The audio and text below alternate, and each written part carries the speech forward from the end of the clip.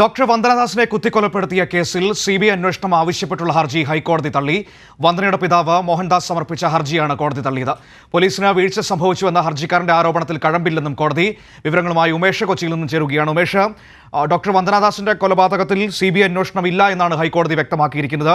CBI അന്വേഷണം ആവശ്യപ്പെട്ടുള്ള പിതാവിന്റെ ഹർജി കോടതി തള്ളിയിരിക്കുകയാണ്. ഈ ഹർജി തള്ളിക്കൊണ്ട് കോടതി നിരീക്ഷിച്ച കാര്യങ്ങൾ എന്താണ്? ഏത് സാഹചര്യത്തിലാണ് സിബിഐ അന്വേഷണം വേണ്ട എന്ന നിലപാടിലേക്ക് കോടതി എത്തുന്നത്?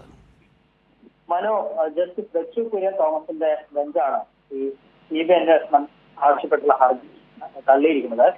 പോലീസിന് വീഴ്ച സംഭവിച്ചു എന്ന ആരോപണത്തിൽ കഴമ്പില്ല എന്നാണ് കോടതി കണ്ടെത്തിയിരിക്കുന്നത്.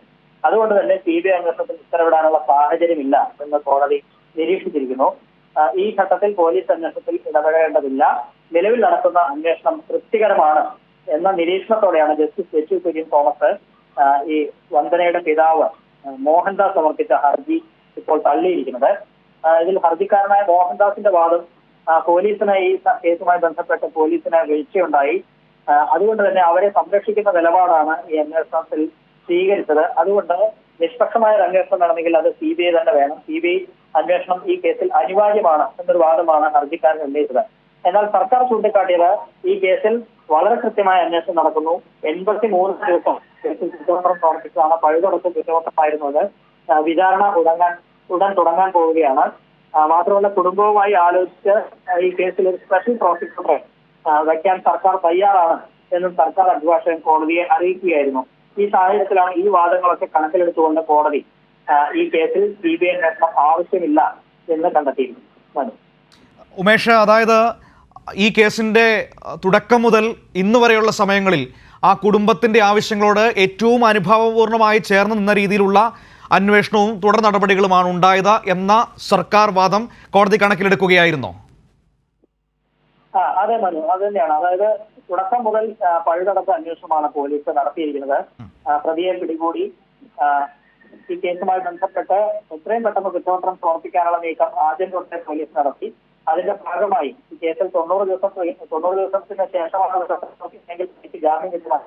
അപ്പോൾ അതെല്ലാം ഒഴിവാക്കാനായി 90 ദിവസം വളരെ മുമ്പ് തന്നെ 83-ാം ദിവസം Kollam rural crime branch DYSP MM Jose Kottarakkara chief judicial magistrate കോടതി കുറ്റപത്രം സമർപ്പിക്കുന്നു. 1050 പേജുള്ള ഈ കുറ്റപത്രത്തിൽ വളരെ പഴുതടച്ച കുറ്റപത്രം ആണ് എന്നാണ് പോലീസ് ചൂണ്ടിക്കാട്ടുന്നത്. നിരവധി ദൃക്സാക്ഷികളുടെ അടക്കം മൊഴി ഈ കുറ്റപത്രത്തിലുണ്ട്. 90 മുതലുകൾ ഹാജരാക്കിയിട്ടുണ്ട്. 200ഓളം രേഖകൾ സമർപ്പിച്ചിട്ടുണ്ട്. ആ നിലയിൽ വളരെ കൃത്യമായ പഴുതടച്ച കുറ്റപത്രം സമർപ്പിക്കുന്നു. ഒപ്പം സന്ദീപന് ജാമ്യം ലഭിക്കാതിരിക്കാനുള്ള നീക്കങ്ങളും പോലീസ് നടത്തി. വളരെ കൃത്യമായി ഉള്ള ഒരു അന്വേഷണമാണ് നടത്തിയത്. ഒപ്പം വളരെ പെട്ടെന്ന് ഈ കേസിൽ വിചാരണ പൂർത്തിയാക്കി നടപടികൾ അവസാനിപ്പിക്കുക എന്നുള്ളതായിരുന്നു പോലീസ് തീരുമാനിച്ചത്. നമ്മൾ ആലുവയിലെ കേസിലുമൊക്കെ അത് കണ്ടതാണ്. ആ നിലയിൽ അതിവേഗം നടപടികൾ മുന്നോട്ട് കൊണ്ടുപോകുന്നതിന് വേണ്ടിയാണ് സർക്കാർ എല്ലാ ഘട്ടത്തിലും ശ്രമിച്ചിട്ടുള്ളത്. അതിനിടയിലാണ് ഈ വന്ദനയുടെ പിതാവ് ഇത്തരത്തിൽ പോലീസ് അന്വേഷണത്തിൽ വീഴ്ചയുണ്ട് എന്നൊക്കെ ചൂണ്ടിക്കാട്ടി കോടതിയെ സമീപിച്ചത്. പക്ഷേ ആ വാദങ്ങളിൽ കഴമ്പില്ല എന്നാണ് ഇപ്പോൾ കോടതിയിൽ സർക്കാർ വാദം ശരിവെച്ചുകൊണ്ട് നിരീക്ഷിച്ചിരിക്കുന്നത്. ഉമേഷാണ് കൊച്ചിയിൽ നിന്ന് വിവരങ്ങൾ നൽകിയത്. ഡോക്ടർ വന്ദനദാസിന്റെ കൊലപാതകത്തിൽ സിബിഐ അന്വേഷണമില്ല.